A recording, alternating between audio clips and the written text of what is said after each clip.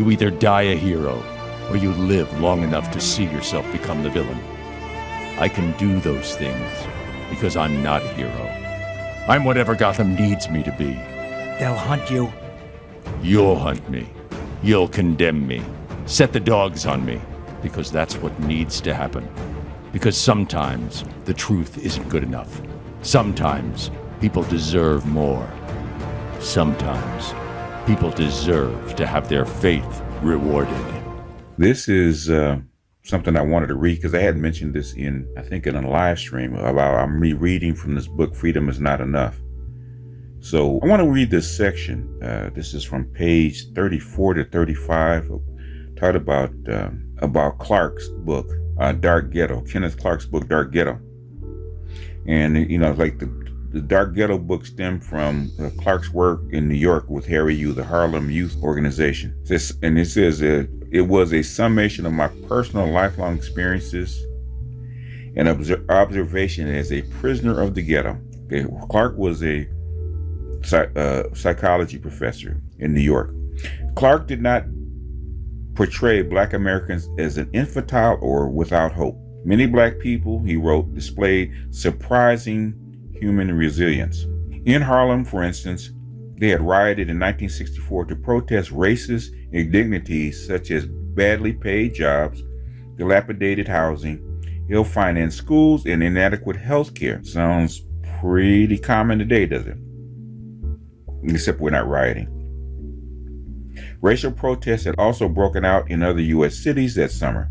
The Civil Rights Acts of 1964, Clark explained, had been too little, too late for inner-city Blacks who suffered especially from economic woes. The dark ghettos, he emphasized, are social, political, and educational, and all above economic ghettos. Economic deprivation had provoked a rising militancy among upwardly mobile youths who were demanding a higher standard of living than their families had. But Clark, like Frazier, Murdahl, Elkins, and Glazer, also maintained that economic distress had caused grievous psychological harm as well as what he called a culture of deprivation. Moreover, the harm had deep historical roots. Writing of the damage slavery had inflicted on Black people, especially men, he emphasized that the male slave had been systematically used as a stud. I call them concubines now. And I think Black men themselves pride themselves of being a stud or a concubine. Slavery had focused the rise of a Negro matriarchy, which, along with the continued post-slavery relegation of the Negro male to menial and subservient status, has made the female the dominant person in the Negro family. Now, all you people that thought there was a patriarchy back in the 50s and 60s, read it and weep, man. Y'all keep thinking I'm bullshit. That all of a sudden, after 1970, feminism brought in a Black female matriarchy. No, it was never the case. Never the case, okay? In other words, all you Negroes that think that this is cap, what I'm saying about the gynocracy is cap, guess what? This is where I get it from. I don't pull it out of my ass. After citing statistics concerning family breakup, these showed that roughly 50% of Black children in Harlem lived with only one parent, and 1/4 of these children were on welfare. He pointed to the high prevalence of childbearing by Blacks out of wedlock. It's not new, it only got worse. A distorted masculine image that led Black men to flaunt their maleness helped to inflate such high numbers. More generally, he added, Negroes have become to believe in their own inferiority. Their doubts have become seeds of a pernicious self and group hatred. Now, how often do we hear Black people talk about the community and don't want to be Black? Their own inferiority, right? And their pernicious self and group hatred. How many Black men on here that you hear on here that call themselves conservative hate being Black men? The Negro's complex and pernicious prejudice against himself. This is the myth of white manhood and how self-hatred comes out, how hatred comes out in a Black man. Hence the preoccupation with hair straighteners, these are the women, skin bleaches, and the like, who just had to stop bleaching their skin, who was beautiful, okay? Megan Good bleached her skin. And Megan Good's beautiful. That's self-hatred. Dark Ghetto traced its psychological legacy to its roots in the past.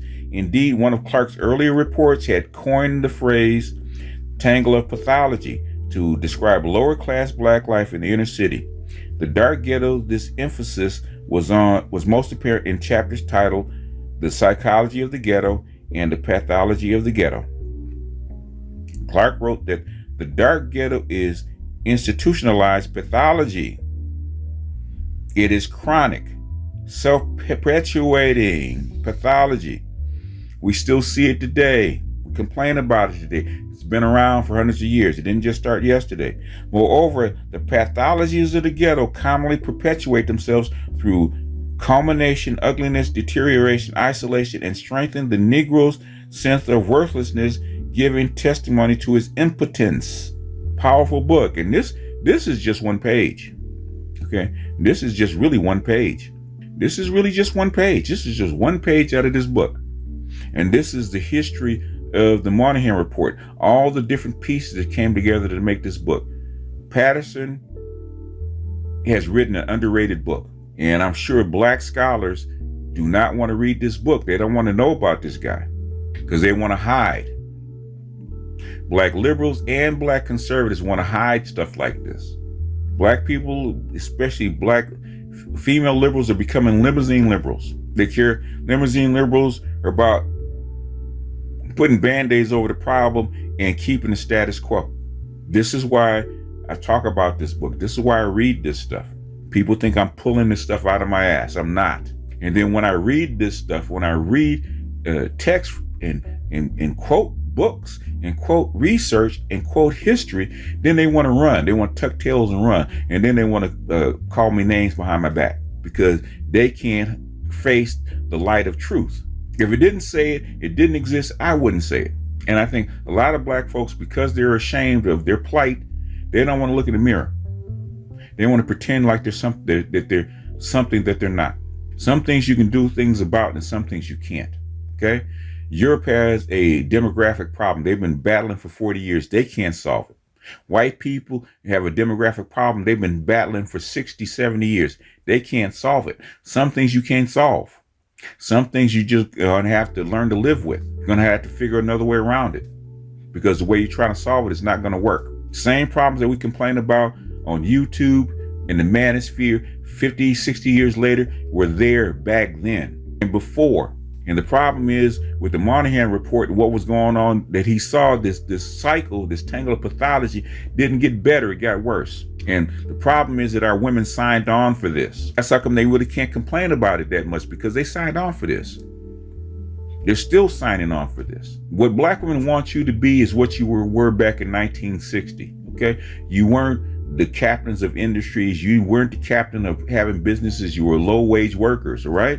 That's what they were trying to get you out of because they needed higher-paid jobs and they needed better jobs. They needed more education. They needed all this education, all the stuff that we complain about. Clark had saw back in the 1950s and 60s, okay? Clark, Clark worked with the Supreme Court judges on Brown versus Board of Education in the 1950s. Okay, Clark was at the city College of New York in 1954. Okay, this is not new. He graduated from Columbia in psychology in 1940. Okay, this is historic. He is talking about what he lived. What did he say as a prisoner of the ghetto? This is a guy with a PhD. And I get attacked because you don't believe what I'm saying. Constantly attacked. Like BGS don't know what he's talking about. BGS is all cap. BGS fear mongering. This stuff was happening. And basically it's gotten worse because back then it was only 22, 23, 25% out of wedlock birth rate, okay, nationally, as far as Negroes, right? As far as black people, what is it now? It got up to 75%. When will you be convinced that this is a problem? That this is a systemic problem? This is well before crack. It's well before no-fault divorce. The welfare system for black people had just gotten started because they weren't allowed to be on it before. In the late 50s, early 60s, basically Eisenhower put these people, black folks, black women, on the welfare system. Guess what they did? They ran the other way. How much do you have to be convinced to know that this is a problem? I'm not pulling this out of my behind. I'm pulling this out of research. I'm pulling this out of what I read. This is not an opinion. I wish it was an opinion. And all I get from you guys, all I get from these detractors is their goddamn opinion. Read the literature. Read history. Go back and read the policies. And if you can prove to me that black folks were much better off way back then than they are now in this environment, go ahead. So you basically, what you're saying is we're better off under Jim Crow with white folks' boot on our neck because we can't control ourselves, instead of learning how to fix the problem. You know why you don't want to fix the problem? Because goddamn it, you're afraid of your woman. That's all it is. We got to be better. We got to avoid them because it's not their fault. Bullshit. You're afraid of your goddamn woman because you are part of the gynocracy. You were taught to be afraid of your woman. And that's the reason you don't want to speak up. That's the reason you always talk about us whining, because you're afraid of your goddamn woman. Point blank, period. Because you know what the problem is. If you basically, why don't you think they actually want to read this stuff? Read this literature. Because the women especially scholars, they already know what it is. That's how come they avoid it. And y'all punk asses won't even read the goddamn shit. Because you want to avoid it too. Because you're just afraid to look in the mirror as she is. Anyway, man, before I haul off and start ranting, let me go ahead and end this. Let me go ahead and stop this screen recording. I just wanted to pull that out. It was only supposed to be a few minutes, but man, if I keep up, it's going to be an hour rant. So I don't want an hour rant over this. It's just a preview of what I was reading. People asked me about it. And I know some people will read it, some people won't. But no, I just had to show you a little bit and show you that there are books. This guy's quoting from books, okay? He's quoting from Clark's book.